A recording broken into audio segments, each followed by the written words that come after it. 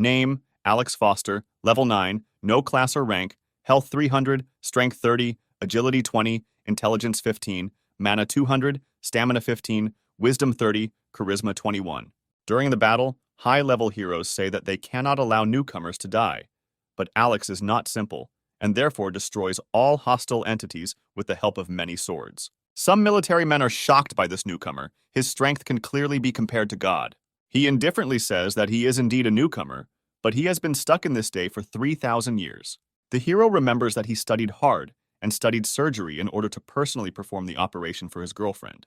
During this time, Alex learned many different skills, for example, flying an airplane, writing hacker programs against any systems. He also trained in a variety of surgeries, became a professional in chess, checkers, and other games, and became much stronger. The warrior girl shouts that they won't be able to handle it this time, as these monsters are surpassing the power of the C-rank world as they continue to fight. The main character protects the girl from hordes of monsters. She asks why he is doing this. He cuts the giant demon and thinks that, after so much time and wasted effort, he is being stabbed in the back, because he still cannot save his friends. But this time, he will definitely change fate. He wakes up again at the beginning of the day and realizes that this time he will lead everyone to destroy the shadow and gain freedom. 5 years ago, a huge number of interdimensional portals suddenly appeared on Earth, later called gates, through which people could enter different levels of the world of shadows for the sake of adventure. Such people, called awakened ones, were chosen by the world of shadows. They had the opportunity to gain power, constantly risking their lives. A giant demon attacks the sorceress Jessica Walsh. She cannot fight off the attack, so she screams and cries. At the last moment, the swordswoman Maria Sparks appears. She cuts the demon and says that they will get out. Fighter Anya understands that with each kill, there are only more enemies, but the heroes are already too tired. And because of this, the power of their attacks has seriously dropped. Warrior Patrick Livesey sighs, sweating, and realizes that it seems his wish to live to 70 is not destined to come true. Alex, in a safe sphere, asks to remove his shield and let him try to fight. Maria shouts that he entered this stage for the first time. He does not have the required level or skills. He says that every newcomer enters into battle for the first time one day. The heroes repeat several actions from the previous variation of this day. They attack many demons and shout that they cannot let the newcomer die before them. The huge paw of a gigantic monster presses the swordswoman to the ground, completely ignoring her sword, with which she defends herself. Foster asks Jessica to remove the shield from him. She eventually agrees and uses a shield cancel spell to free the main character. The demon squeezes Maria in his hand. She understands that this is how it seems everything will end for her. Alex snatches the girl from the clutches of the monster. She does not believe that he could save her, because he still doesn't know how to do anything. But he says that now is not the time for questions. Foster throws a sword into the demon's neck and kills him with one blow. Everyone around is in shock. Patrick realizes that each of his blows hits the most vulnerable spot, and Anya asks if he really has the first level. At this very moment, the guy gains a new level, saying that he is no longer a rookie hero. He shouts that there is a lair of monsters nearby. They need to get out of here immediately, while simultaneously beating up the monsters. Livesey thinks that the newcomer sees the future. He already tells everyone to run to the car nearby. The swordswoman commands that no one should lag behind the newcomer if they want to live. Many monsters are chasing the heroes. She asks if he's really a beginner, but the guy ironically remarks that everyone with sight can see that he's only at the second level. She doesn't understand how he can know everything. She thinks that this is nonsense, and the guy notes to himself that he's been here for 3,000 years, and therefore he managed to learn. Alex cuts the monster and says that to be precise, he has been stuck here for 3,000 years, tomorrow at 6 in the morning. When the sun rises, he will return to this place again, just when they were just transported to this world of shadows. The girl says that she does not believe him, because if this is the case, then it is unclear why he is trying to save them. Foster remarks that he is protecting them because she has tried to protect him for the past 3,000 years. Time after time she died to save him, therefore, no matter how many times he is reborn, he is obliged to return her safe and sound every time, because this is also his support and salvation over many years of rebirth. She says that of course she was touched by her words. She still doesn't believe him. He must be a master flirt. And Livesey and Jessica are embarrassed in the background. Walsh asks if he's tired of fighting non-stop for 3,000 years, and he says that's why he hasn't sat idly by all this time. He studied all the possible class changes, all the skills and hidden elements that are available in the Shadow World system. He also collected information about the remaining worlds of shadows from awakened people who entered this world. The swordswoman notices that he says that it is the second system of the world of shadows. He says that it may well be it. He says that from now on they must go forward along the overpass and not stop, no matter what happens. The girl asks if they are going to split up, but Alex pats her on the head and says that they won't split up until everyone gets out of here alive. The guy jumps down from the bridge into the destroyed city, moving further and further away from his friends. Downstairs, gunsmith Elizabeth Clark fights monsters. She realizes that there are only more of them every minute. She understands that she has run out of ammunition, and therefore, it seems, her life will end here. Alex appears and defends the girl. She asks why he is helping her. He says without emotion that she needs to take the elevator down to the 13th floor. Open safe 1302, there will be the ammunition she needs, and the password is 0014. The girl is confused. They don't have time. The guy pushes her into the elevator and calls him to the desired floor, and he leaves the battlefield, saying that he is helping her because they are comrades. Foster notices that 1 minute and 6 seconds have passed. After 30 years of fighting, he finally made it 1 second faster. A huge horde of demons chases the heroes along the highway to wipe them off the face of the earth. The squad runs along the highway and wonders if that guy deceived them, because they arrived in some strange tunnel. Someone shouts that they might fall into a trap, but Stark says there is no choice but to trust Alex. Then they notice the guy himself at the end of the tunnel. They think that he got here by some shortcut. Foster asks them to run further. He will figure everything out himself. The squad listens to him and does not stop. In front of Alex are thousands of monsters that are flying at him from all sides. The guy has some kind of remote control in his hands. The main character apologizes to the monsters and says that they can't get further. He presses the button. Everything around explodes. The squad is shocked by the guy. He runs after them and shouts for them not to slow down and turn around. The entire tunnel explodes, killing all the monsters inside, their corpses flying into the air with terrible force. At the exit from it, the squad stops. Alex asks them not to worry, since the range of the bomb was calculated to be up to a meter. All the monsters inside were destroyed. The tunnel is closed. Now they can move on. The squad stands in shock. Foster, with a smug face, tells them that they've stopped standing around with their mouths open. It's time to go. The 5 of them stand and look at the city. Alex is told that they are now safe. He asks the others if they now believe him. Maria says that he may be good for a newbie, but he still can't believe that he lived for so many years in one day. And Anya thinks that bombs and maps of the city are not so difficult to get, so his story is not convincing yet. Jessica wonders what Alex has been doing for 3,000 years, besides fighting. Because this is such a long time, he reports that he has learned a variety of skills during this time. Fighter Anya says that the city of Dark Ruins is huge. Now there must be a lot of awakened people here. She asks the guy if he knows anyone else here. He replies that over the years he has learned all the local awakened ones, as well as their secrets, but among them only 7 people were ready to die with him side by side. The little sorceress notices that there are only 4 of them here and asks where the others are, and the swordswoman asks her not to believe in all this nonsense because it is unrealistic to live the same day for 3,000 years. Foster, lowering his head, says that he would like the girl to be right, and this would indeed be impossible. Then the guy says that they need to separate again.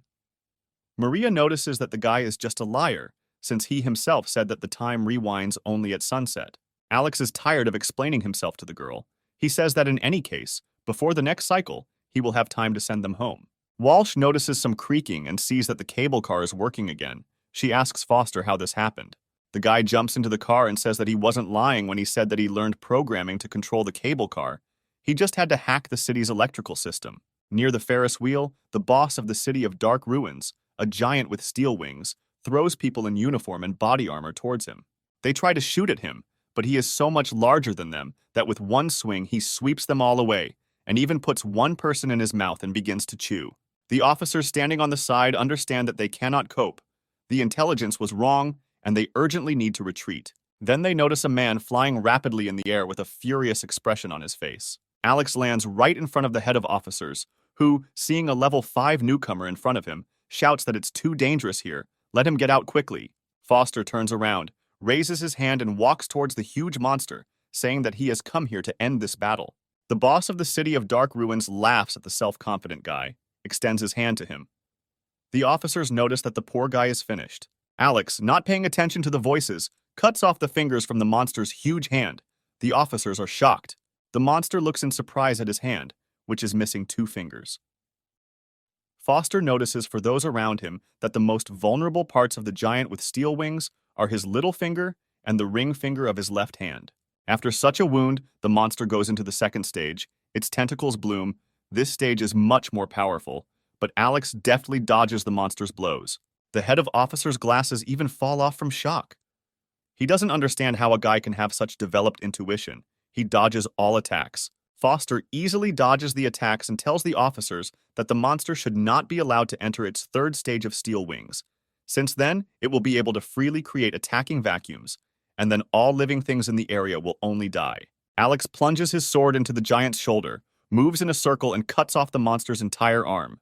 Foster, shouting that when the boss is at his most vulnerable, he reveals his control core, rushes with his sword at the monster's head. The guy opens the giant's skull and thrusts his sword into the main mechanism, destroying the monster. The body of the boss of the City of Dark Ruins explodes. Alex, lowering his sword with a calm, confident gait, walks away from the struck enemy. All the officers stand in amazement, calling the guy not a newbie, but God, not understanding how he single-handedly dealt with a giant with steel wings. A red fireball similar to the sun appears in front of Foster. Alex approaches it. His level rises to 9. A mechanical egg appears from the ball, from which a giant with steel wings can appear. It has a chance of falling out of 1 in 100,000. Foster takes it in his hands and regrets that this time it will disappear too. The final boss of the City of Dark Ruins is destroyed. The task is completed. All awakened ones will be teleported back within 1 minute. The squad watches the outbreak from afar and discusses Foster's actions. They decide that they will find out when they escape from the world of shadows, and if upon their return they never meet him again, then he was telling the truth. Alex stands with an egg in his hands, surrounded by officers. Every time he reaches 6 o'clock in the morning, or after defeating the main boss, he starts all over again. Foster is getting ready to start a new cycle. He is very upset. He closes his eyes and just waits. A flash occurs. He wakes up in bed, suddenly opens his eyes and does not understand where he is. Looks at the date on his phone, 15.23, November 12th, 2065. The guy looks out the window, waves his arms, screams with joy that he was finally able to return home. Alex was finally able to get rid of endless days filled with battles, and he also had the 9th level on the scoreboard. Foster notices an egg on the table. He doesn't understand how it got here. On the digital display, this item has a rare rank, and next to the fetal development parameter, there are 3 questions. Alex is glad that he now has the egg, and even despite these questions, he still knows 7 ways to raise a giant with wings of steel. Then someone knocks on the door of his room.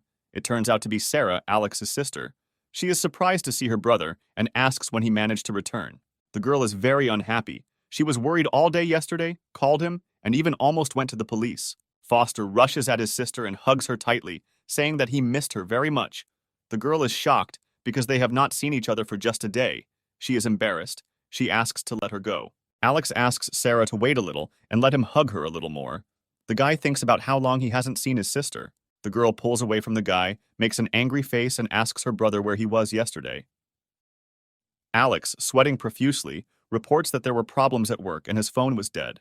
He asks his sister not to be so angry, takes out his phone, says that he has received a salary, and is ready to immediately buy her a set of tools that she so wanted. Sarah immediately becomes very friendly, quickly forgives her brother, and says that she will go cook lunch for the two of them. Alex asks for marbled beefsteak, wine, and lobster. The girl gets angry and says that he will eat what she cooks, without comment. Foster remembers sitting next to his sister's hospital bed. They had lost their parents in an accident, and she had lost the ability to walk, but she promised to always help him no matter what.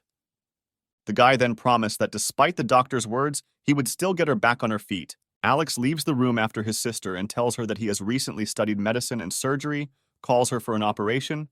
Sarah takes this as a joke and asks the guy not to interfere with her preparing dinner. Foster hears people on TV saying that many have already heard that 5 years ago, many spatial rift gates appeared, which noticeably changed the whole world. The world of shadows has chosen some people who began their adventures in another world. These are the awakened ones who risk their lives to change their fate. People who have received supernatural abilities and even special classes, but they cannot escape their own fate. Usually the awakened ones have a choice in which world to be in, but periodically, some of them are sucked into unknown and dangerous worlds. According to rumors, all the shadow worlds will disappear only after the divine rank shadow world is cleared out. The leader of the Ark Alston Guild appears on the screen, ranking number 1 in the world. Alston, the strongest awakened in the world, also known as the Guardian of Hope, an awakened legend who has cleansed many shadow worlds. After Alex hears that this man is called the representative of justice and honor, he jumps from his seat. Foster knows that this man is not who he says he is. In fact, he is a demon. In Alex's cycle, Alston repeatedly sought and absorbed the life force of other awakened ones in order to heal, eventually killing everyone himself, including Foster. The guy is sure that this man's true goal is to use his image to control the world and become God. Foster decides that he needs to avoid Alston until he becomes strong enough to go on equal terms with him. He needs his own guild. According to the scientist Alex met in the Shadow World, the next Shadow World that the awakened ones will be transported to will be a catastrophic rank Shadow World, and Foster is obliged to save all his friends there. The guy's thoughts are interrupted by Sarah, who, driving into the room in a wheelchair, informs him that the food is ready and calls him to eat. In the center for helping the awakened, people look at Alston on the big screen. They think that the Ark is a very cool guild. Everyone dreams of getting into it, and they don't understand why someone creates other guilds. Foster stands in front of the window.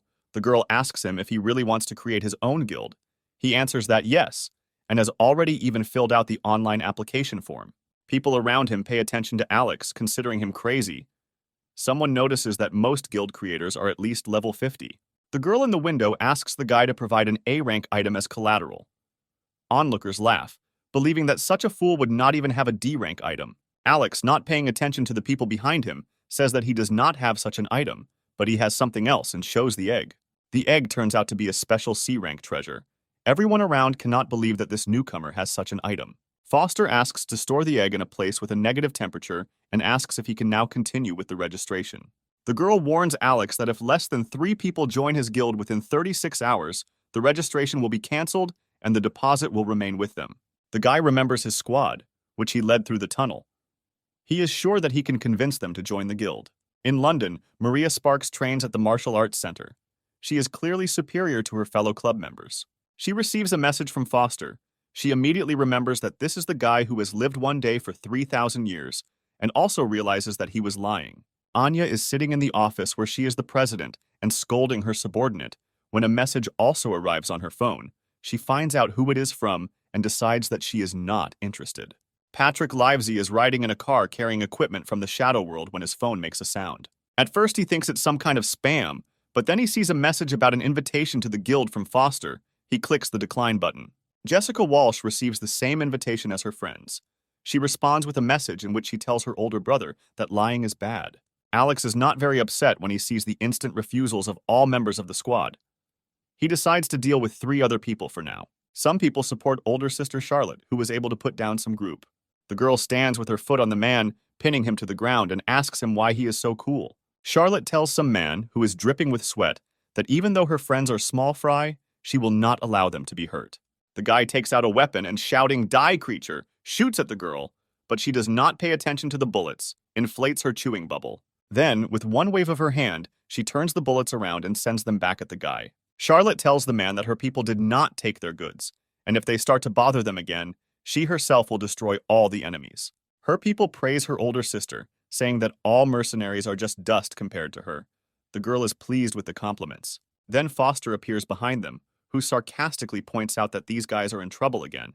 They all turn around sharply and ask the guy who he is, and he replies that he is the one who invites them to the Dawn Guild. Charlotte approaches Alex and says that she herself is a little crazy, but she would never have thought that there was such a crazy newbie of the 9th level.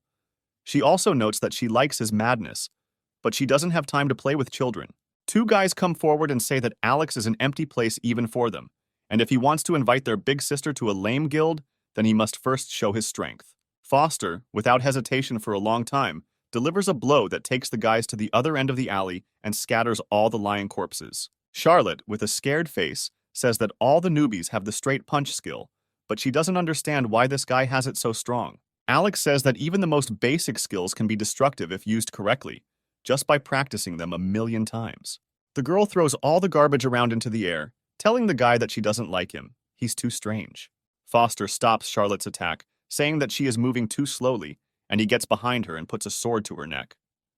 Charlotte notices that the guy acted dishonestly, sneaking up from behind. Then he suggests organizing a small competition in the girl's strong point, telekinesis. Foster places the tin cans and voices simple conditions. Whoever knocks them down the most wins.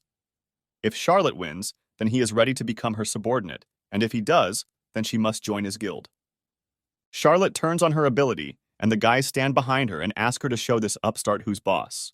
The girl knocks down 5 cans that were closer to her. Her guys are happy with the result, believing that Alex won't knock down even 2. Foster knocks down all the cans with 1 punch, leaving the audience in shock. Charlotte doesn't understand where this guy gets so much strength, and he only notes that he has already said that everything depends on how to use the skill, and also says that the girl has lost, and she will have to join the guild. The girl accepts defeat. An agreement is an agreement, and now she is his subordinate. He says that it would be better for him to teach her these terrible blows. Alex looks sideways at the girl and promises to make her the queen of telekinesis. He turns and walks away, raising his hand in farewell and saying, "Welcome to the Dawn Guild." Foster returns home and does not find his sister there, and is already beginning to worry when he notices dinner on the table and a note that says that Sarah went to the store to help her uncle. Reading the note, the guy is touched. He notices that his sister always goes to help others and is growing up too quickly. Alex is sitting, eating, when he receives a message from gunsmith Elizabeth Clark. The guy is surprised that the girl just joined the Newcomers Guild and didn't even ask anything. She says that she just wanted to thank him for saving him, but since she has a lot to do, she will soon leave. Foster replies that she doesn't have to be an assassin all her life. She believes that he knows too much about her and asks him not to write to her on irrelevant matters. Alex says he won't let her rot in the dark.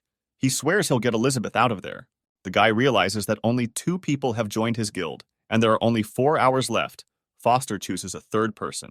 On the road at night in the rain, 3 guys beat up the 4th, calling him a moron, since they robbed him and beat him, but he doesn't give back. The guy, writhing in pain and lying on the asphalt, thinks that he cannot give them back, since he is awakened, and they are ordinary people. The bandits don't like the guy just lying around. They get bored. They want to take him to the black market and at least make money on his organs. Michael Kepler, who is lying on the road, feels a beast awakening in him. He asks him not to go out, saying that these people cannot be attacked, but it is too late.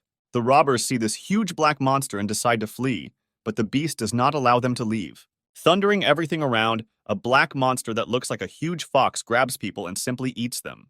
Michael, crumpled on the wet asphalt, cries and wonders why all this is happening.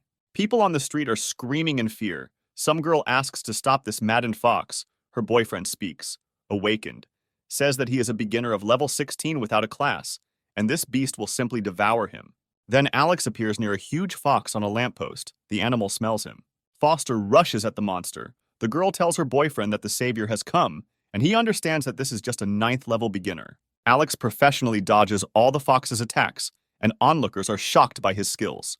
The guy knows that the Nightmare Fox is a serious opponent, and if he had not trained against it in countless attempts, he would not have been able to cope now. He also remembers that over time it becomes stronger, so he needs to finish it off faster. He deflects her huge clawed paw with his sword, then runs and calls for her to follow him. Michael watches this battle in tears. He shouts to the guy to run faster, because the Nightmare Fox will kill him in a second. Foster grabs poor Kepler while running and runs with him in his arms, and then suddenly stops and lifts the guy up. The beast comes close to its owner, begins to dissolve, and plunges back into Michael's body. Kepler is glad that the fox recognized him, but Alex is in a hurry to upset him, telling him that he is mistaken, and the fox did not attack him, since he himself is a nightmare beast. Foster recalls that the Nightmare Fox first appeared in the Shadow World when Michael was attacked, and he, as a first-class recruit, was able to summon it. So since then, it has appeared from his body whenever he is in danger. Alex tells the boy that he is not just a person, but an awakened one who appears alone in tens of thousands. He has a strong ability that must be controlled, otherwise today's cases will repeat. One day, Michael will be able to destroy an entire city, because he is a strong guy who takes everything upon himself. Foster pats the boy on the head and adds, asking Michael for a bunch of Alston figurines that he collects, because he also wants to become a hero like him. Kepler is shocked that this unknown uncle knows something about his life. Alex, extending his hand to the boy, says that they are friends who have gone through countless lives and deaths. Then he invites Michael to join his guild, in exchange for helping him learn to control the beast. Kepler agrees. There are many people standing in front of the bright turquoise portal. The D-rank Shadow World will soon open, and they are missing 2 people to start. Charlotte and Alex appear. They say that they want to join their company. The bald man inquiringly asks whether the 9th level guy is really ready for this. The carrier of the 24th level ability is fine, but the guy is too weak. The girl says that this weakling is her boss, so if he can't go, then she won't go either. The man wonders if he understood correctly that the awakened level 24 views the level 9 newcomer as her boss. He thinks that this boy must be her boyfriend, and not the boss. She just doesn't want him to lose face. The man waves his hands dismissively and says that all the seats are taken with them, so they should be ready to depart in 5 minutes. The girl asks if another child was supposed to join them for training, but Alex says that he had extra classes so he won't be there. Charlotte wonders if there are still people who take extra classes when our world becomes more dangerous due to the influence of the shadows. She asks why the boss decided to invite them to his guild, but he says that he did it because the next forced movement will occur in a disaster-ranked world, and if they are all in the same guild, then they will be sent to the same world shadows. Thanks to this, he can ensure that everyone survives. The girl, in slight confusion, asks how the boss plans to protect the 7 of them if he is only level 9, because in the world of shadows at the level of disaster, he will not be able to protect himself. He says that she will soon find out everything. Those who pass through the portal appear on the edge of a cliff, which is covered with snow, and extensive precipitation is also observed. This is a D-rank shadow world, a gray, snowy plain. Charlotte complains about the weather conditions, says that if she had known, she would have put on more clothes. The man asks if anyone has already been to this world. The girl says that she doubts it, because this world of shadows should be rare with a very small number of resources. Since this world is of the same level, then you just need to find and kill elite monsters in order to come back.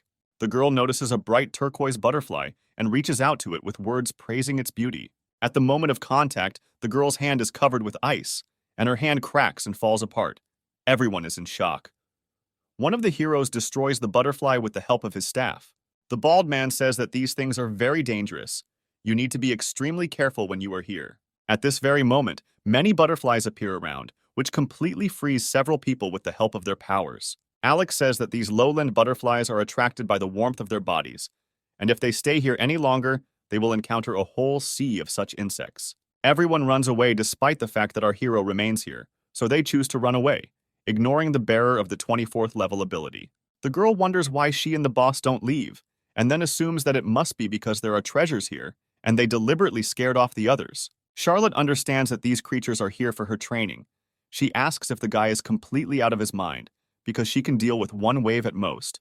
He also says that the girl can only use an explosion of mental force to attack, so she needs to direct each attack at just one butterfly, but she is indignant, saying that this is simply impossible. Alex fires multiple energy beams from his hands, destroying many butterflies. The girl says that she would never have believed it. If she had not seen it with her own eyes, she would never have believed it. An entry-level skill. Can the spiritual gap of the mind really be used in this way?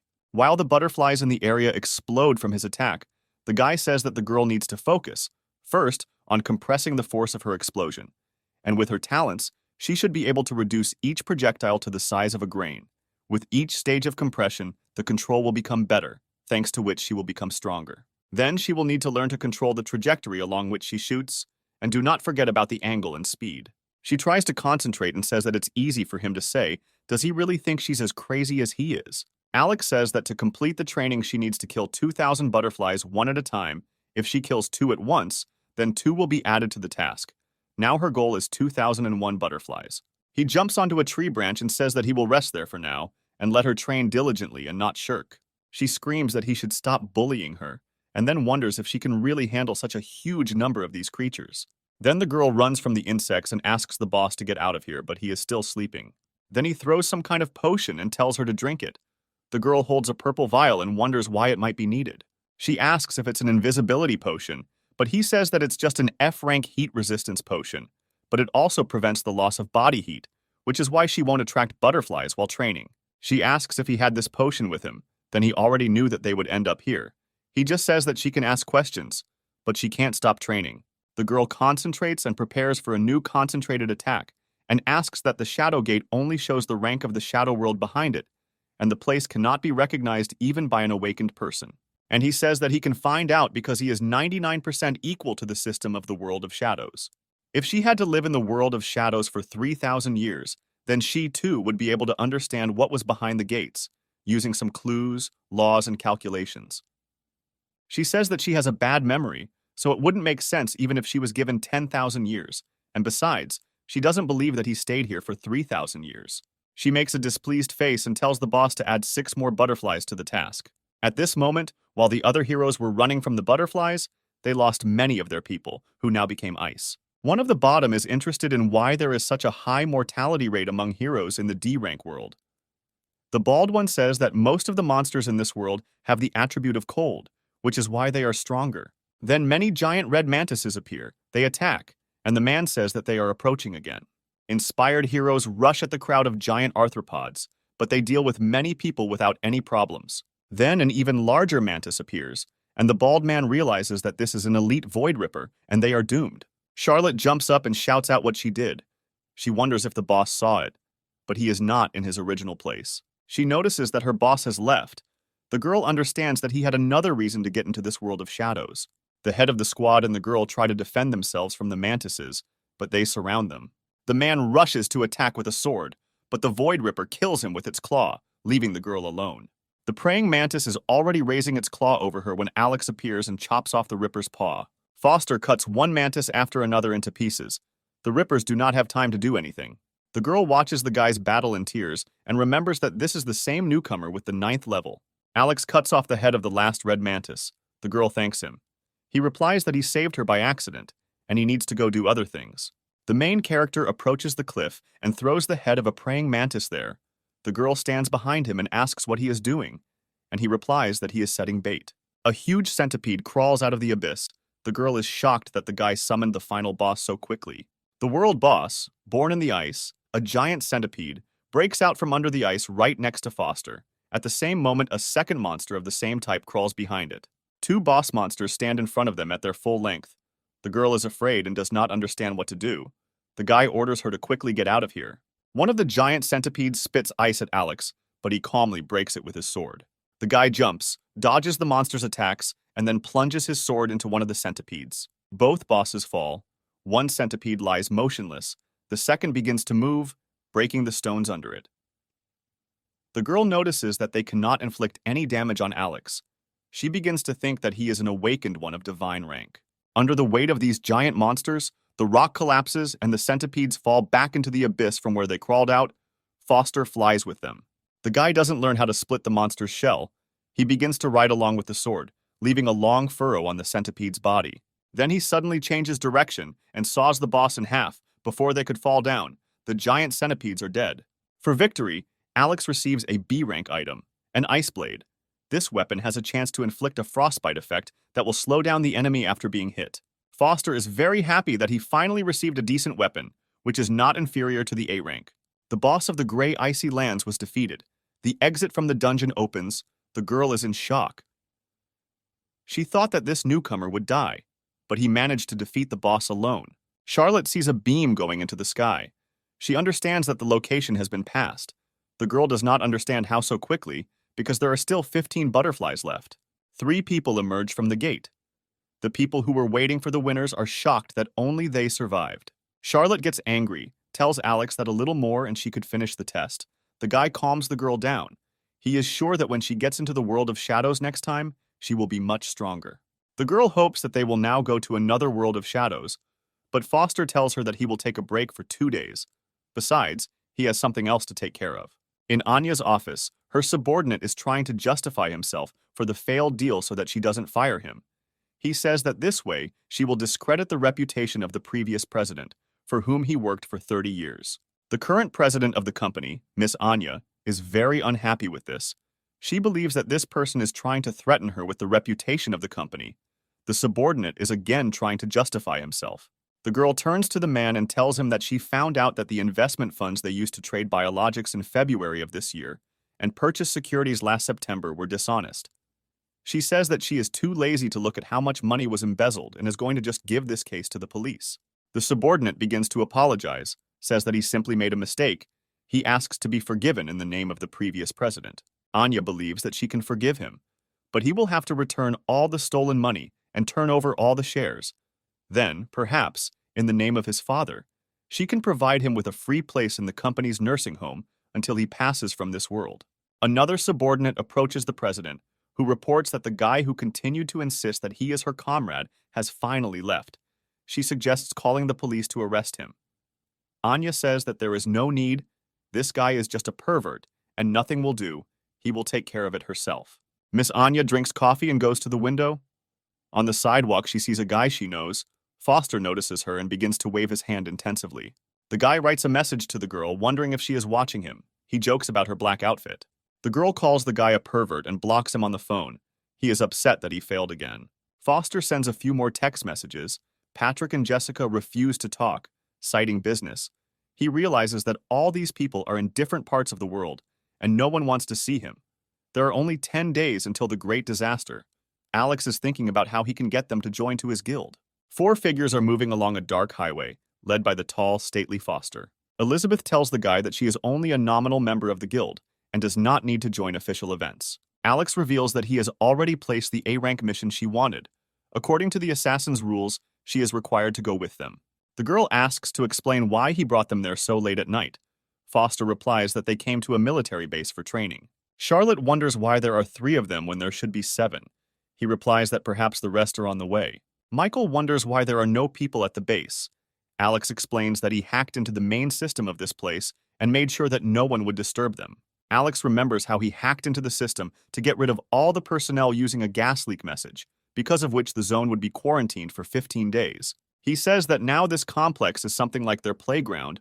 Charlotte is very happy and says that she is absolutely sure that there is nothing that the boss cannot handle. The guy says that he already told her that he was stuck in this place for a long time. If he had not studied something new, he would have lost his mind. Foster, without any problems, carries out his own authorization to enter the depths of the complex. The guy shouts out his hopes that his people are ready for special training. Alex leads his guild into the astronaut training facilities. Charlotte wonders if they are going to go to Mars to fight the Martians. The boss replies that she is thinking too much. He just wants to use this equipment to train them. Elizabeth says that she is not interested in training astronauts. She does not want to waste time and effort on participating in it. The girl makes several attempts and literally begs Alex to give her another chance. She will be able to cope with the control of the ship. The guy asks to give him a minute so that he can adjust the radius of the scattering of fragments, after which he will send her for another try. The girl asks that these simulations aren't fixed, to which he says that this is true. But if he changes the code a little, he can make small changes to the simulation. They wonder who he is. A simple hacker is unlikely to be capable of such a thing. Alex says he spent decades studying spacecraft design and space ecology, although she considers it an unusual hobby he took up to kill time. Charlotte gets out of the simulation and screams that it was damn fun. No gravity, spinning, obstacles, and adrenaline. Just amazing. Foster says he didn't bring them here to play games. She chose a more stimulating mode to train her mental potential. Alex asks if the boy is okay. Because he is breathing heavily, he can't die here. He says that he is completely fine. Survival mode involves constantly dodging incoming asteroids. This is ideal for training mental strength, which is best suited for mediums. On the other hand, attack mode requires you to focus on shooting at as many targets as possible, which is ideal for training concentration. The guy finishes his monologue and runs a simulation for each member of his team. The joint mode brings concentration and mental state to the limit. This will be very useful for their control over their abilities. The main thing is not to forget to breathe. After training, the squad is exhausted. The girls are resting on the floor, and the guy says that he has already puked so many times that he has lost count. Alex says that they need to go to their places. If they are done whining, then they should get up and go back to their places, because the next round begins. Michael says that he will try. Charlotte wonders if their boss is a demon. Elizabeth looks into Alex's face without trust. The guy says that if you compare him and the world of shadows of the catastrophic level that they will soon encounter, then he is still extremely generous. A week later, members of Alex's guild are in some capsules filled with water with a bluish glow. Clark is the first to leave the capsule. The guy says that she recovered very quickly. First, we need to go and check the result of her training. A training battle begins. The girl effectively shoots the robotic combat units before they have time to reach her.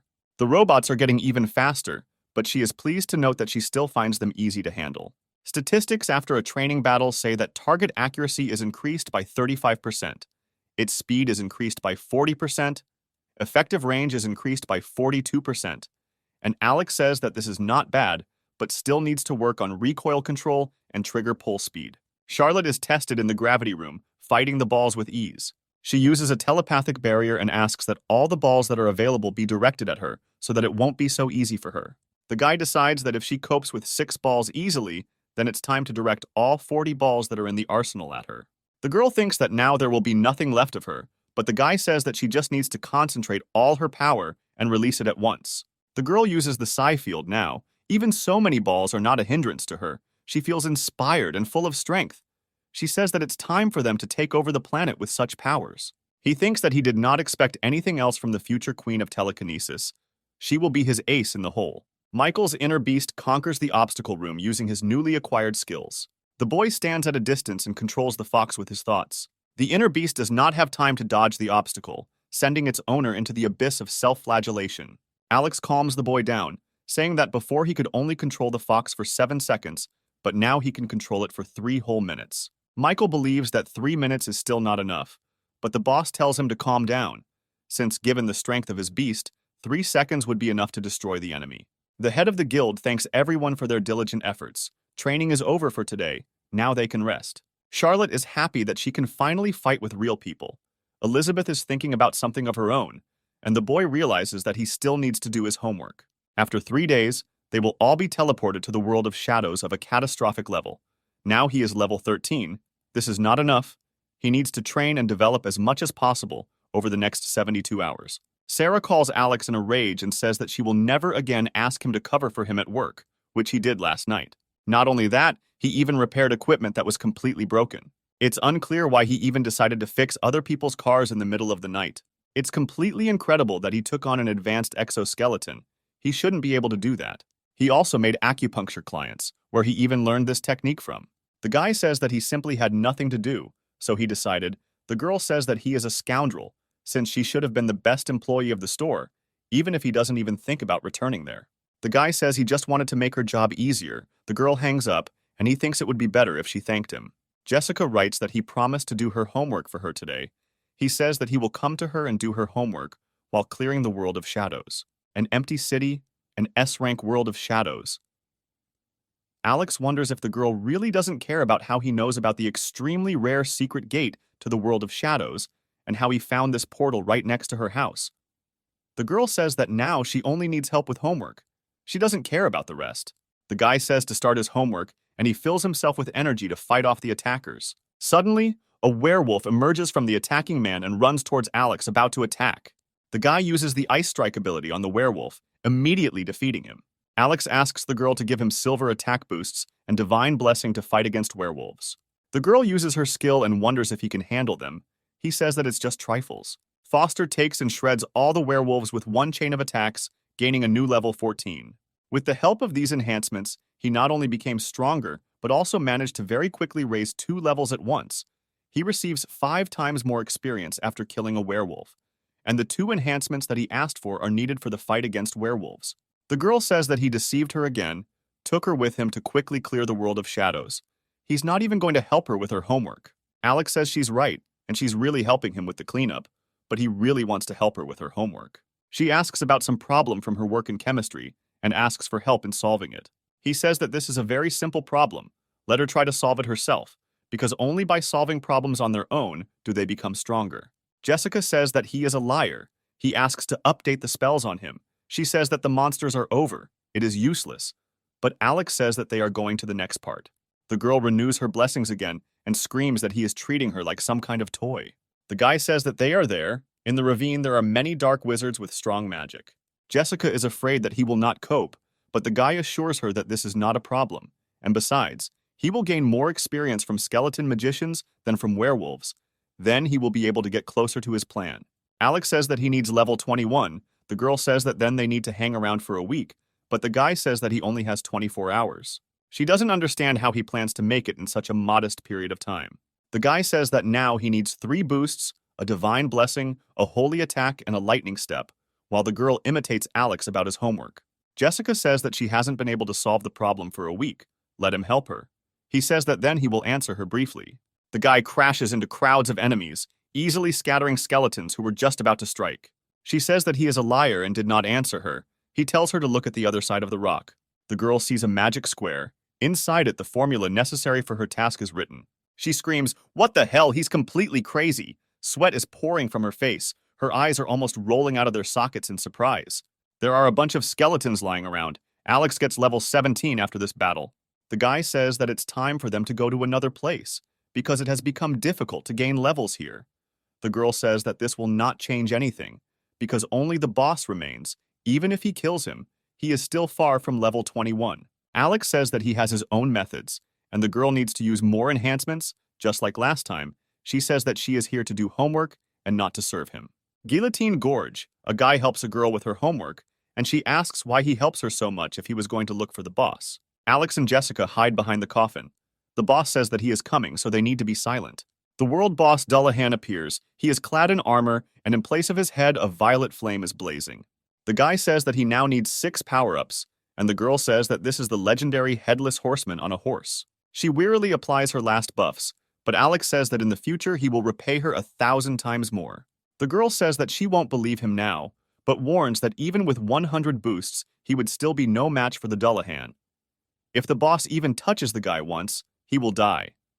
He asks not to worry about him, but to do his homework and ask if something is not clear. The Dullahan says that the souls of the trespassers will remain here and starts his horse towards his opponents.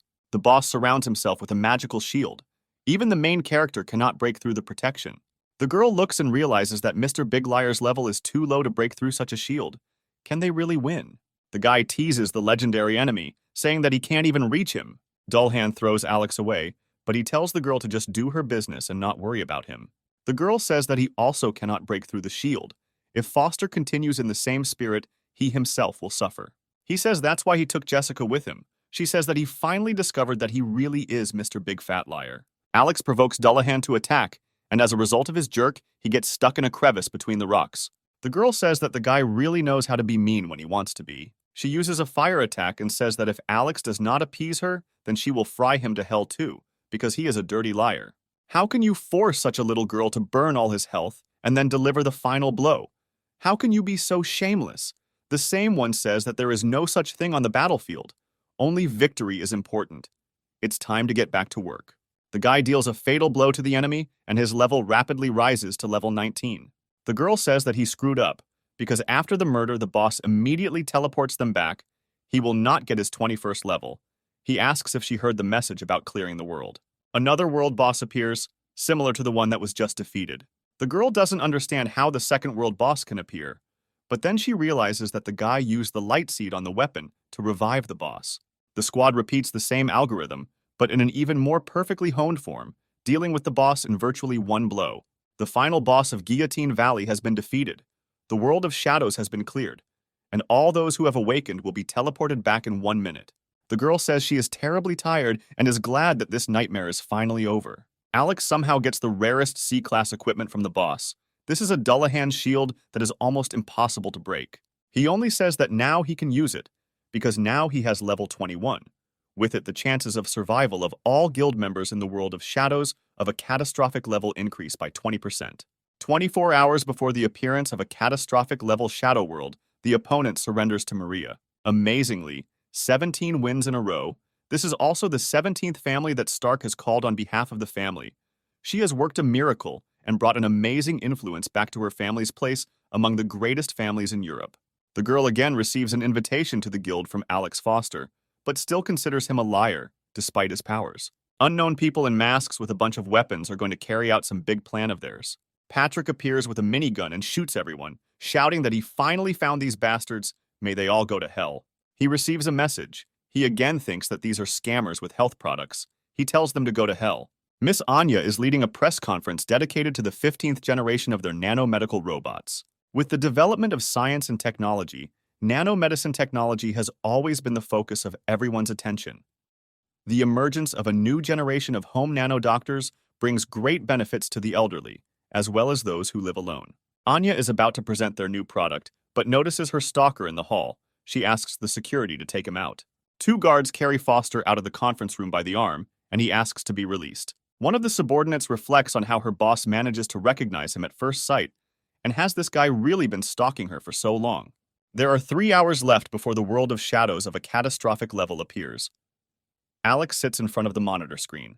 On the computer in front of him there are 4 people: worried Michael, inspired Charlotte, calm Elizabeth, and sad Jessica. Foster says that he just returned from an important conference. They don't have much time left, and therefore asks everyone to be assembled and listen carefully.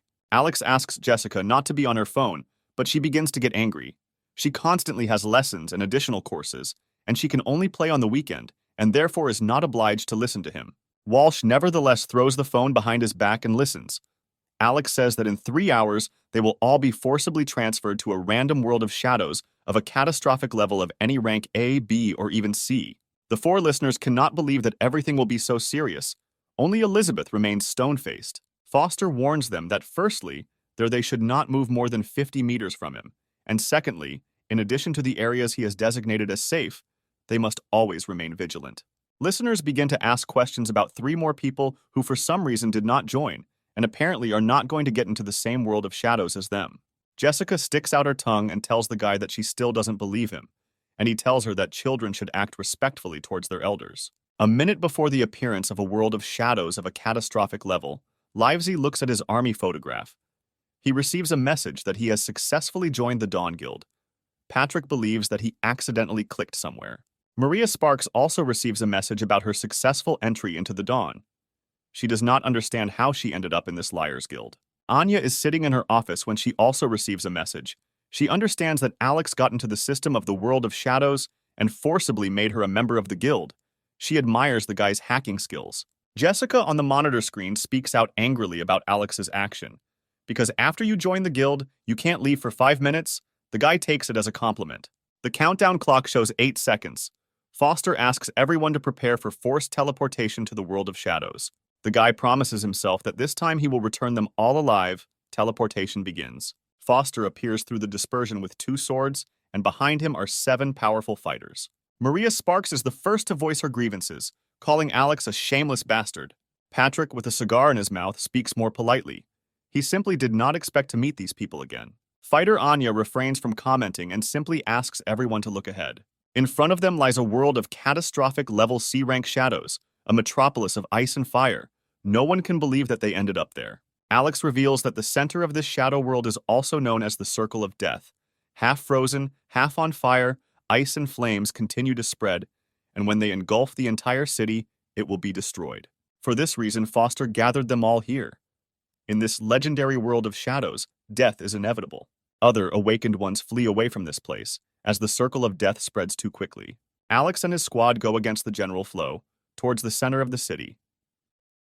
He notices that a lot of awakened ones have been teleported to this world of shadows. It's a pity that they run away, because this way they are closer to their demise. Anya remarks that even in the world of shadows, where death lurks everywhere, one must not lose hope of survival.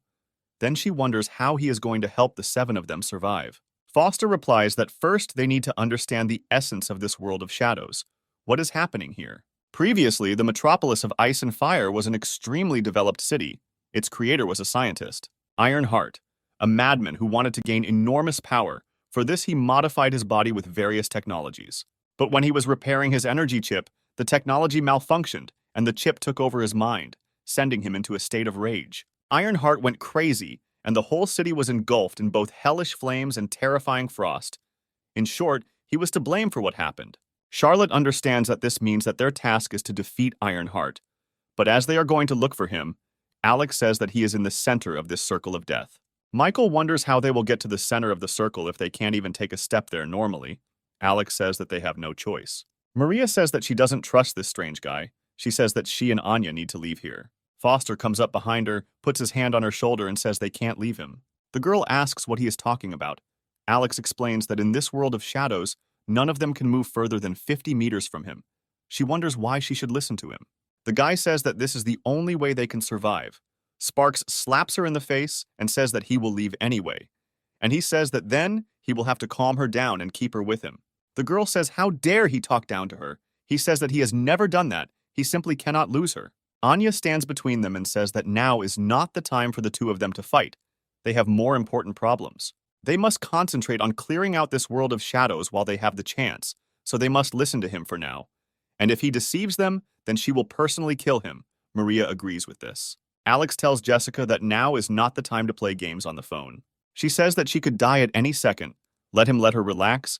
It would be better to look at the old man. He generally drinks all the time. Patrick tipsily wonders if they will fight now, otherwise it would be time to get to work. No matter how strange their group may seem, he swears that he will not let any of them die. Anya asks why Alex decided to walk through the fire zone and not the frost. He says that in the frost zone, He would not be able to move so fast and protect everyone at the same time. The risks are too great. Charlotte complains about the incredible heat because the fire zone is also dangerous. How can they pass through this sea of fire?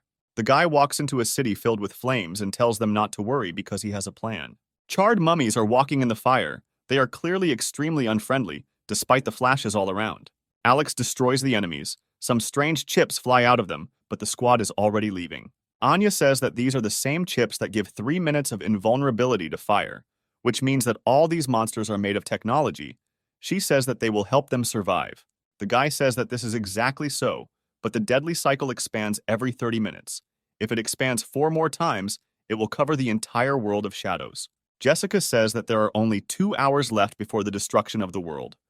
1 chip is enough for 3 minutes, and there are 8 of them. In order to survive for 3 hours, you need to get 320 chips. Alex says it's time for the girl to stop playing. She needs to get down to business seriously.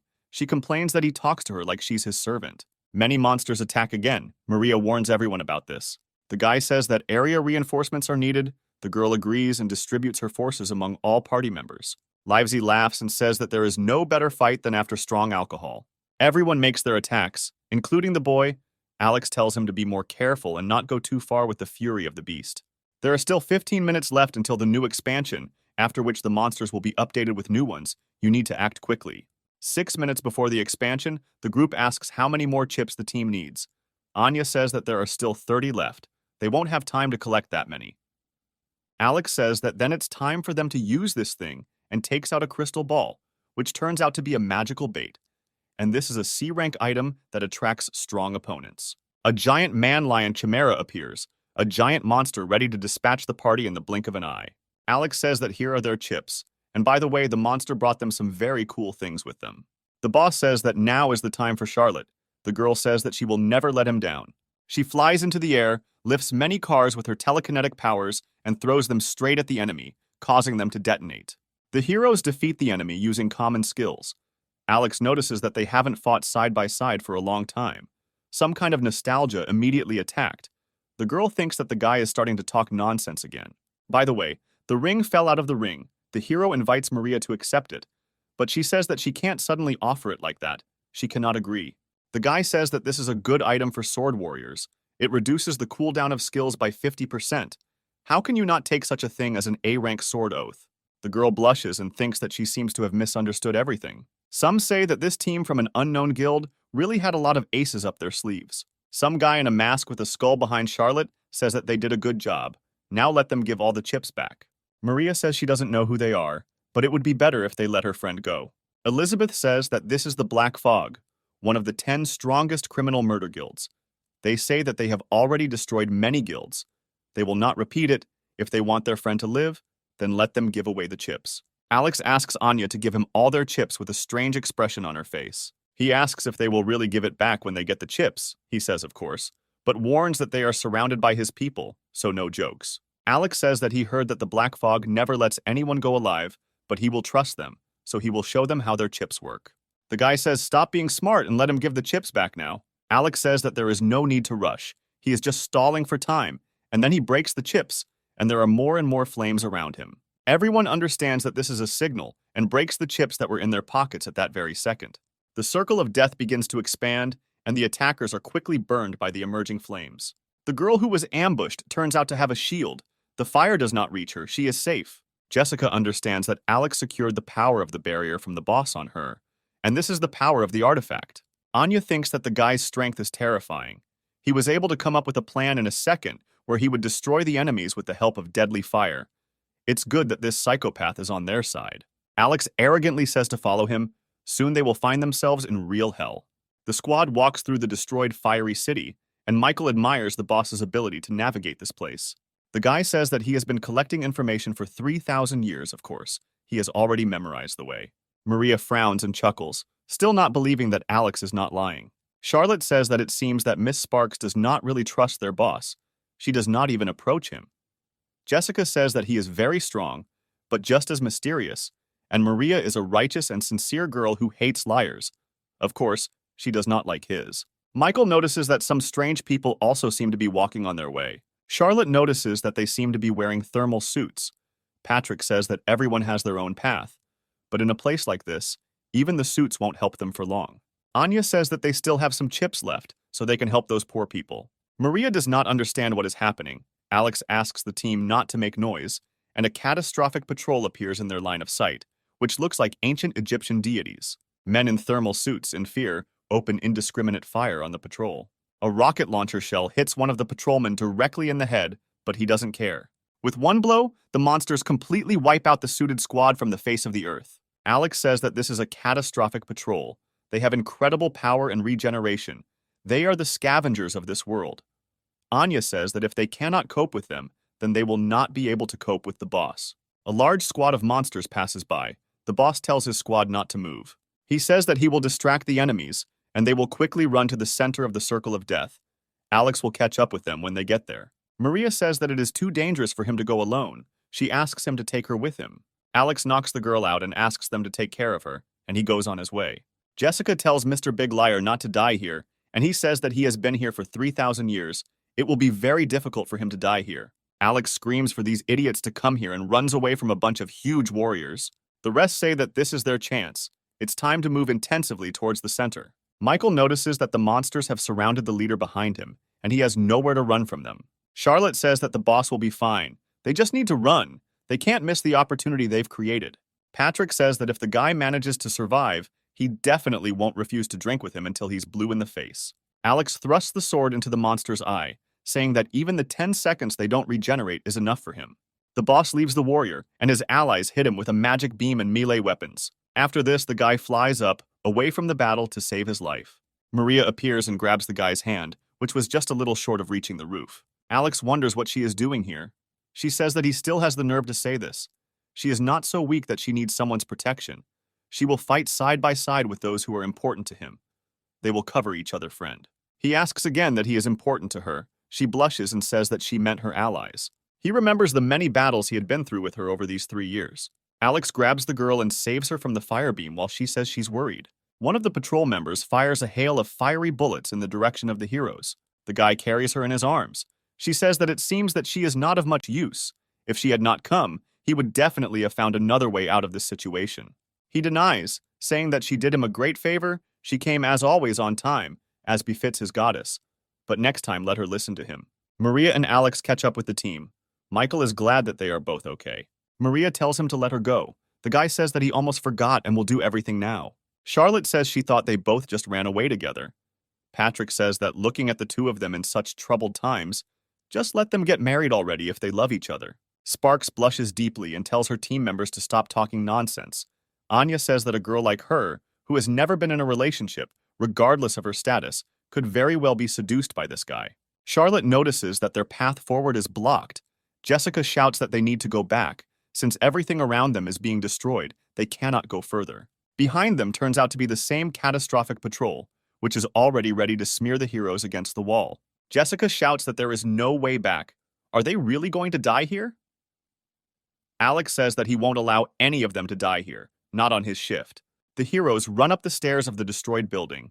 Michael asks why they are running upstairs, and Anya says that no one can understand what's on Alex's mind. They just need to follow him. Maria grabs Jessica, who twisted her ankle.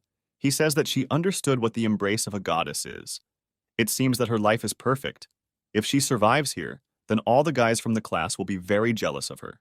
At this moment, the head of the guild says that they have come to the right place. A huge metal round door appears in front of them. Maria says that this place was least damaged by the fire. Apparently it is made of special materials. Alex says that this is a command center, which is also the basis of the city's defense. Spark says that they need to hide here, because if the patrol catches up with them, they will all die. Alex reports that this is not just a cover, but their salvation, and opens the door with the help of his powers. Anya asks how he opened the door. Charlotte laughs and says that their boss knows all the secrets of the galaxy. He even managed to lead them to the secret base. Anya asks again, and the imperturbable Alex sighs slightly excitedly. From inside the complex, you can see a catastrophic patrol. For some reason, someone is standing on the shoulder of one of the warriors. Anya says that this is a puppet crystal and consumables of a special class. This allows you to control non-sentient creatures of any size. They actually managed to use them on a catastrophic patrol. It turns out that this is the same guild that previously harmed the heroes. They do not understand what they want. Patrick says that obviously revenge. Maria says you can't just sit here and then die. Alex says that this will not happen, because this place has been turned into a mechanical fortress for shelter. There is no way they will get here, but he likes to counterattack more. Let Jessica come over. The guy says to follow his instructions. The girl shouts indignantly how he can put everything on the shoulders of a child. Maria asks if everything will be okay, but the boss says that Jessica received special training from him, so everything will be fine. The servant tells the leader that the enemies are inside the building. They will not be able to leave, as they are surrounded on all sides. The head of another guild says that they will pay for the death of his deputy. Alex says that the girl activated the fog of the defensive center and limited their field of view. Now it's his turn. The hero flies out of the building and quickly attacks the attackers while they do not see anything. The guy attacks the boss directly. He says that he will go to hell for this. Alex parries the attack with a shield. The enemy does not understand why an awakened one without a level 20 class could defend against his attack from a level 40 assassin. Foster says his protective barrier instantly blocks all attacks level 50 and below. The guy kills the boss. Everyone shoots to take revenge, but all the bullets hit their leader. Elizabeth appears and shoots all the enemies on the shoulders of giants. Alex uses the puppet artifact to subdue the disaster patrol. The whole team says that the boss is very cool. Charlotte says that she really wants to follow him for the rest of her life and be his servant. Jessica says that she is stupid. She would rather marry him. He says that he will later send this whole bunch of giants to the location of the final boss and let the rest wait here. Maria says that it is extremely dangerous to go there alone, trying to get to him again. Alex asks Anya to look after Sparks for his sake. He asks to trust him.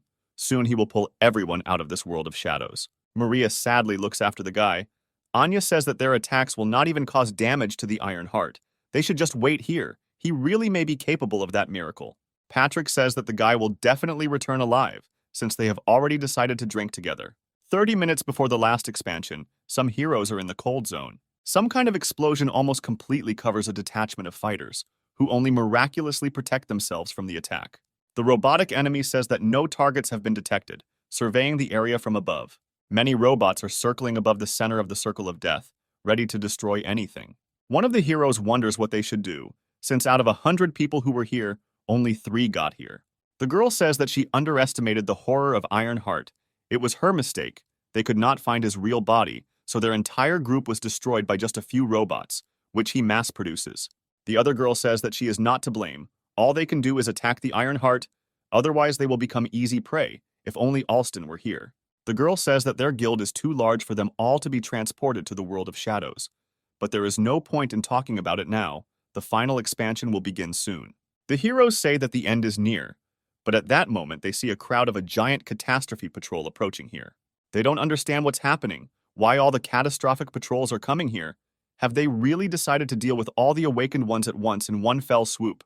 Arriving opponents begin to catch the robots and squeeze them like annoying insects, dealing with the cyber threat. The robots begin to shoot back, but this is useless against the regeneration of the patrol, while the fiery rays calmly destroy the enemies. The second group of heroes does not understand why the catastrophe patrol began to fight the army of robots. They notice that this is the work of the newcomer who killed the final boss in the city of Dark Ruins. The alarm is raised in the Steel Heart building, and the autonomous defense system is activated. The patrol deals with huge forces of robots without much damage to combat units. The squad realizes that this is the last group of robots. The guy managed to completely destroy the army of robots, sacrificing 2/3 of the catastrophic patrol. They think about how last time the guy wasn't even level 10. How did he become so strong so quickly? A level 20 newcomer took on Iron Heart, the final boss of the world of shadows of a catastrophic level. He imagines himself to be a god or something. Alex's guild understands that the final battle for the city will begin soon. Charlotte believes that he will succeed. The boss orders the catastrophe patrol to attack the Sky Tower and grind Iron Heart into powder. The warriors destroy a giant building. Steelheart finds himself there. The floor disappears from under his feet, and he begins to fall. He takes off and wonders how some pathetic bunch of weak and dirty living creatures dared to stand in the way of him, who is at the pinnacle of evolution. One of the warriors points his battle axe straight at Steelheart. He says that this attack is too slow and hits the patrolman with his momentum, sending him flying. He then dispatches the next giant monster, punching right through it, leaving a gaping hole in its body. Steelheart says that their attacks are just ridiculous. He decides to show them real power and fires a bunch of missiles that tear apart the bodies of the Catastrophe Patrol. This truly terrifies the party of heroes. The Catastrophe Patrol's attacks cannot penetrate its shield, it simply destroys them. The last warrior hits the surface of the shield with his hammer, causing it to crack, to Steelheart's surprise. Alex jumps over the patrolman's body, jumps straight from the hammer and rushes to attack. Foster drives the blade into the crack, striking a high-frequency vibration of particles, breaking the barrier into small pieces, shocking the world boss. A man from the hero squad wonders where this guy was able to get a vibranium sword. This is a material from the world of shadows. The boss dodges Alex's attack and asks how a despicable man dares to attack him so vilely. The guy offers to fight him directly if he doesn't like sudden attacks so much. Alex takes out his shield and uses 100-fold magnetic absorption force. The enemy is simply attracted to the shield and stretched out on it. The hero says that he got this magnetic shield from a company that develops an army of robots and installed it so that it will only target him. Steelheart uses a light arc discharge and emits multiple red waves. From such an attack, Alex flies away, and the shield breaks into several pieces across the battlefield. Steelheart wonders if this is all he has. He's too weak. The guy says that he has another gift and points his finger somewhere. The enemy turns around and sees a double energy cross in the sky heading towards him. Steelheart's body is crushed into the floor with severe wounds, requiring an energy source to activate full recovery. Everyone understands that Alex was able to activate an absolutely star cannon, which requires a satellite key. They do not understand how he managed to gain such power in this world. The party sees a huge disc in the sky. Charlotte notices that the final expansion will begin soon. Jessica says that she activated the star cannon as Mr. Liar asked. But as long as the source of the Iron Heart exists, it will be constantly restored. She does not understand what to do next. Steelheart says that he won the battle, because in a minute the circle of death will cover this entire world, after which everyone will die except him. Foster takes out the egg and thanks him for being hatched in this blazing hot world. Now it is his turn to shine. The boss of the city of Dark Ruins, a giant with steel wings, emerges from the egg. Now everyone understands what trump card Alex had. The giant advances on the Steelheart. The boss of this world says that all attempts at resistance are futile.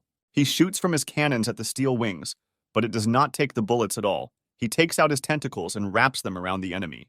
The giant slowly squeezes the Steelheart. The countdown is coming to an end.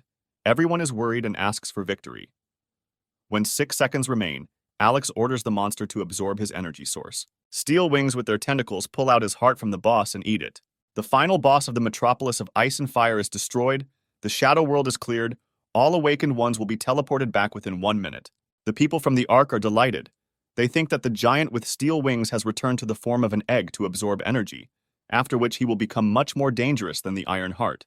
Maria is sincerely glad that Alex was able to do this. Now she is no longer so sure that the guy's words about 3,000 years are a lie. Anya simply exhales and is glad that she survived. The most happy of all are Michael and Charlotte, who believed in their boss 100%. Jessica notes that it was hard for her. As soon as she gets back, she will play games all night. Foster realizes that, judging by the way things are set up, the next shadow world they enter will be much worse. All the knowledge he possesses will be useless. After teleportation, Alex looks at his indicators, which have increased greatly after the catastrophic world. For passing the metropolis of ice and fire, Foster received an atomic battle sword. This weapon needs to be charged. The guy does not understand how to do this, because he may need electricity for the whole city. Alex decides that he will do this later. Since now he is just tired, he sits down to rest. Some girl notices Foster and says that she is very sorry to see such singletons on Valentine's Day. Her boyfriend notices that she shows too much compassion for people, and that loner doesn't even deserve the attention of such a beauty. The entire crowd of people pays attention to the walking figure. Someone notices that this is the most beautiful girl that anyone in this world wants to date. No one is her equal. Surrounded by a crowd of men, the goddess Maria Sparks appears with a glittering dress. Someone says that she should be in Europe now, and it is not clear why she flew to their city. Another guy notices that the son of the richest man in the city does not stop trying to woo her. Perhaps she changed her mind and decided to give him a chance. But to everyone's surprise, this girl approaches the same guy whom no one had noticed until recently. She says she brought coffee as he asked. Let him drink it before it gets cold. All the people around are in incredible shock. The goddess flew halfway around the globe to bring this bastard coffee. God, she just showed kindness to this homeless bastard by buying him coffee. He says that she is late and then invites her to sit with him. People around are wondering how Maria Sparks can be so close to this rogue. He says that he didn't know that dating her in the real world would be so difficult. She apologizes and says that she didn't expect everything to be like this. Alex takes Maria by the hand and says that they need to find another place. The girl blushes. They run into an alley. The hero presses the girl against the wall, causing her to blush excessively. People around them try to chase them, but they run past that alley, so the crowd quickly moves away from their location. She asks why he called in such a hurry and asked for a meeting. He says that she will soon find out everything. The girl asks why she is driving. Alex says that he simply does not have a driver's license in the real world. The guy says that they are going to his student meeting. She will have to pretend to be his girlfriend there. She blushes and says that she has never been in a relationship before, although it is not so important. Did he seriously ask her to fly halfway around the world for this? He says that she was already in them, to begin with, and she says that he again set up his 3,000 loop. And he also adds that this is just for one time, and he will tell her why a series of 5 blows of her family always fails on the last blow. She asks, is it true if he can fix this? When their mission is over, he will give her a solution. He says that after meeting his classmates, she will say that she herself pursued him and did not give up even after he refused her. Then, they finally came together. Alex puts his hands behind his head and says that it's just a game. Let her try to train with him, she agrees. But only this time. She says she admits that she was the one who pursued him even after he rejected her. But they finally started dating after she didn't give up and continued the pursuit, so please don't let him leave her. Onlookers say that the goddess also bows to someone. Another says that he cannot stand this life and throws his phone on the asphalt. She asks if his classmates are gathering here. He says that he was joking. And this is the largest trading center for the awakened in Asia. Here you can trade items obtained in the world of shadows. In addition, auctions are also organized here, in which different guilds participate. To join the auction, you need to be a high-rank awakened, which is why he called her. They enter the building. Everyone around does not understand what the goddess is doing here, and even in such company, is this guy walking too close to her. He says that they need to make it clear that he has no money at all, so he will have to rely on him to buy the items. She says that she knew that going with him was a bad idea. She says that she will stay today after all his girlfriend. Everyone says that they would dream of being in this guy's place, to be Maria's lover. Who is he? They walk through the shopping center of the awakened. Some person invites people to look at rare items from the world of shadows. Let them buy now, so as not to regret it later. Alex picks up what looks like a Rubik's Cube and asks how much it will cost. The seller says that the guy has a keen eye for goods. This is an A-rank item. A mechanical cube? You won't find this anywhere else. A-rank goods cost at least 800,000 coins, but he sells it for only 100. Alex says that this price is too high because it is just an ordinary accessory. The man says that the meeting is destined by fate, so he will give a 10% discount. This is the selling price. And the guy can also try to unlock this cube for just 1,000 coins. If he succeeds, then he can take it for free. Alex tells the girl to give him 1,000. She does it slightly dissatisfied. The man says that he will not return the money if he fails. Many people have tried. Even several expert-rank magic cube professionals came, but no one succeeded. Alex, with a straight face, reports that he has already unlocked this cube while the man was talking. Everyone looks in shock at how he did it. Some kind of hologram flies out of the cube. Everyone understands that this thing is worth a C-rank item. The man asks to wait. He cannot sell such an expensive thing so cheaply. Alex wonders why. Does he really want to break his word? The guy says that the merchant should henceforth watch who pays. If the goddess suddenly complains about him, then the awakened certificate will be taken away from him. The girl looks intently and calmly at the seller, who humiliates himself and says that this is not what he meant at all. Maria wonders if his hidden profession is the master of the magic cube. The guy agrees. The cube is also a good way to kill time on boring days, and it is also very useful. The girl says that the guy didn't choose any class. Does he really have some secret? He says that now is not the time to think about it. They have more important things to do. She sighs and asks if he doesn't need her to just pay for his things. Alex buys a B-rank Night Void Cinder, a B-rank Desert Wolf Pistol, C-rank Alpha Mutation Growth Pills, and a C-rank Pain Brass Knuckles. The girl says that she can no longer carry the things he bought. Onlookers think what a wonderful life this guy has. The goddess pays for everything he takes. Someone says that they never thought that an exceptionally brilliant goddess could be so in love. The girl says that he bought so many things at once. What does he plan to do with them now? Alex only says that soon she will understand everything. A man appears. He says that he and the goddess have not seen each other for a long time. She didn't even say that they were not strangers in this city. Maria asks in shock who this guy is. Alex just looks on impassively. The guy says that he is Robin Stone, the deputy leader of the Spider Guild. They once met with her along with the leader. The girl remembers that their guild is not even included in the world ranking 100, so she did not remember them. As for its leader Carl Johnson, she never talked to him. Why would she remember this guy? Robin says that he just came to ask why she didn't like Brother Sean so much that she chose this guy instead of him. After all, he only bought B and C rank items, all this garbage from the world of shadows. What a pity that he is too poor. When someone is willing to help with purchases, he can only take low-level items. The guys behind Robin say that the couple didn't care about him so much that they already left. Alex, hugging Maria by the waist, leaves. The girl is very embarrassed. The host announces that before the main auction, there will be a 15-minute private one, organized by Miss Sparks with a Black Awakening certificate. Listeners are not happy that the goddess is selling her personal items for the sake of a useless guy. Someone says that this is nothing unusual for a girl in love. The screen shows two people. Granny Lin, the leader of the Puppet Clan, ranked 105th in the World Guild ranking, and Hui Bai, deputy of the Icebreaker Guild, ranked 94th in the World Guild ranking. Foster appears at the main table. He thanks everyone for participating in the surprise auction of the goddess Sparks, says that they do not have much time. 5 of Mary's personal items will be presented. The first he demonstrates is the Dagger of the Night Void, a B-rank weapon. The peculiarity is that at night the damage increases by 0.5. The auction participants consider this dagger to be trash.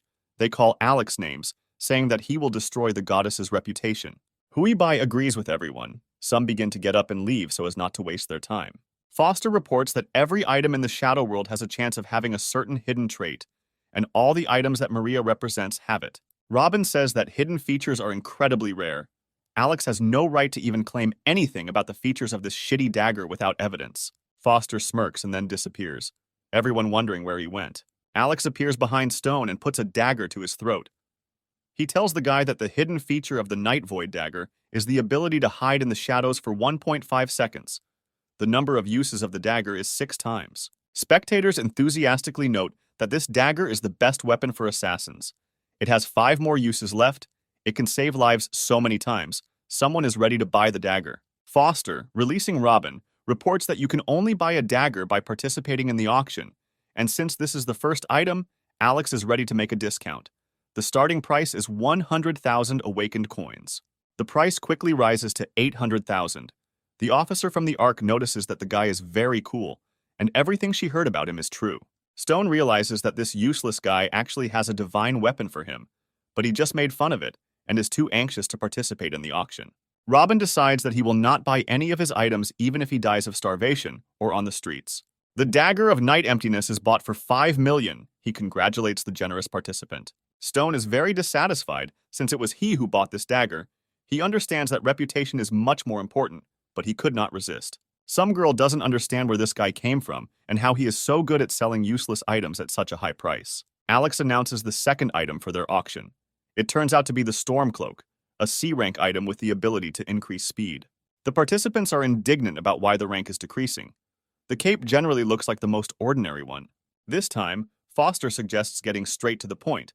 He reveals that the hidden feature of the cloak is the ability to see spirits for up to 10 seconds every 3 hours. With this cloak, the chances of survival increase significantly. Perfect for swordsmen. Starting price is 1 million. All guilds have swordsmen. So many are interested in the cloak. The price quickly soars to 3 million. Grandma Lynn's voice is heard from the screen. She surprises all participants by offering 15 million.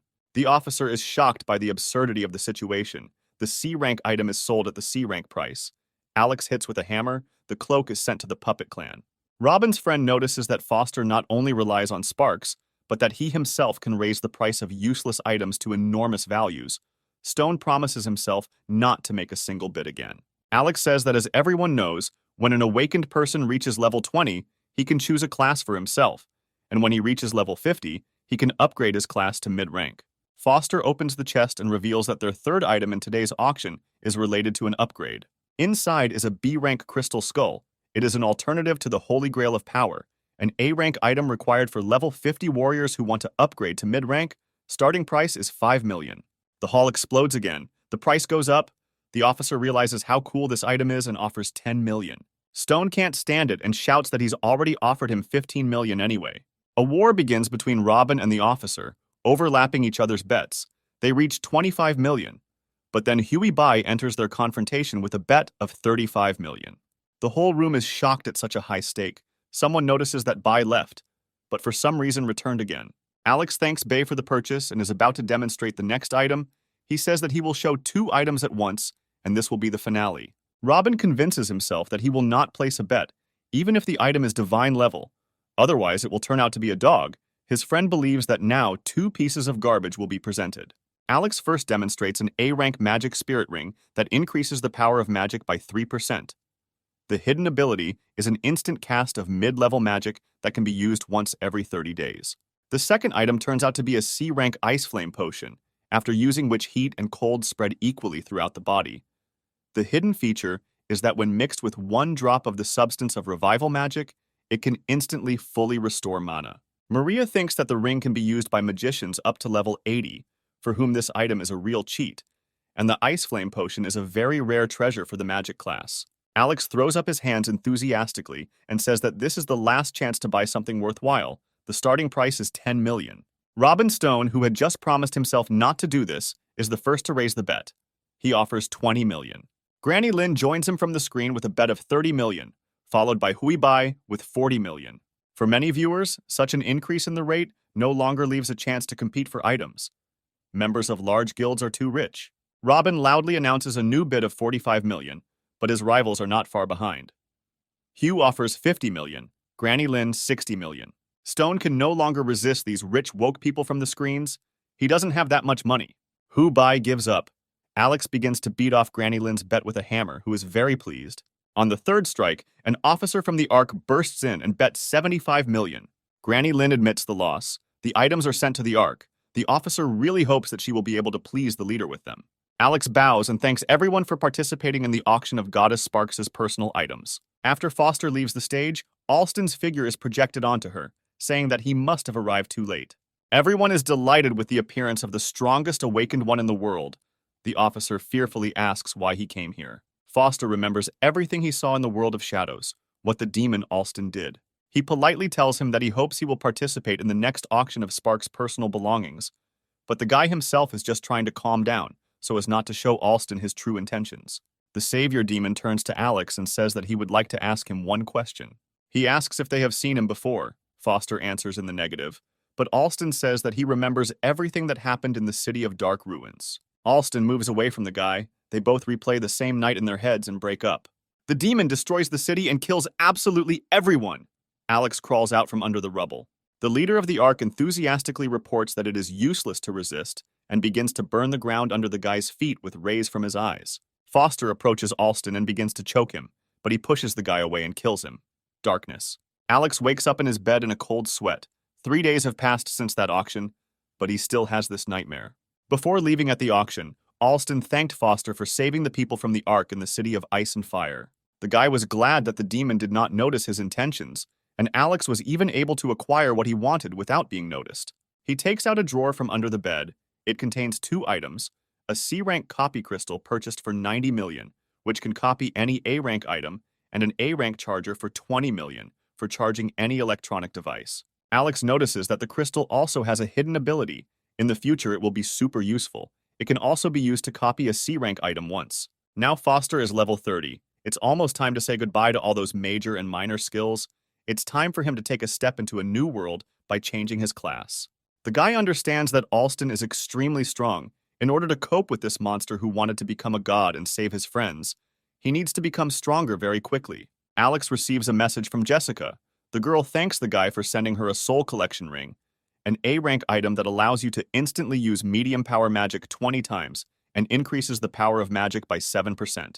The guy replies that there is no need to thank him, since he has already debited 200 million from her account for the ring and another 20 for the labor. Jessica is furious.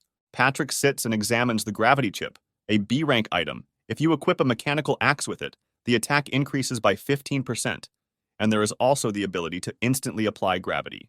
Michael examines an A-rank madness crystal. When used, it allows the copy to enter a state of extreme madness. The boy believes that if he uses it, the world will be destroyed. Elizabeth received from Alex the Black Widow Kill, a C-rank item. This is a silencer that adds a poison effect and deals additional damage to giant creatures. The girl calls the guy and says that she just received the item and asks him not to send her anything else. The fighter's subordinate, Anya, knocks on Alex's door and asks him to quickly go down with her, since her boss doesn't like to wait for others. Foster asks not to rush him otherwise. As soon as he becomes the husband of her director, the first person he will fire will be her. Alex is sitting in a limousine with Anya and her subordinate. The fighter asks why it's taking him so long. The guy replies that usually people are waiting to meet her, so he thought it wouldn't hurt for her to experience this feeling. Anya says that she is only helping him as payment for saving him in the city of ice and fire, and to pay off the debt for the top-level treasure with the lightning effect that he gave her. Foster realizes that the item is not so good, since he himself improved this C-rank brass knuckles. Fighter Anya says that now they are even, and Alex thinks she is too cold. The girl says that they don't know each other so well for such familiarity. She asks the guy to stop acting like that, as if they were old friends. The guy notices that he knows what color underwear the girl is wearing. She gets very embarrassed and calls the guy a bastard. All three are flying on a plane. Anya realizes that perhaps this ridiculous idiot is the most reliable person in this dangerous world. The subordinate doesn't understand why they transfer from the car to the helicopter over and over again. This guy is forcing the boss to spend so much money. What is he really achieving? And for what purpose besides? Anya treats him too well. Is she really going to go out marry him? Alex feels that the secretary is curious about what is going on here. He says that he needed to get here to carry out a very important task.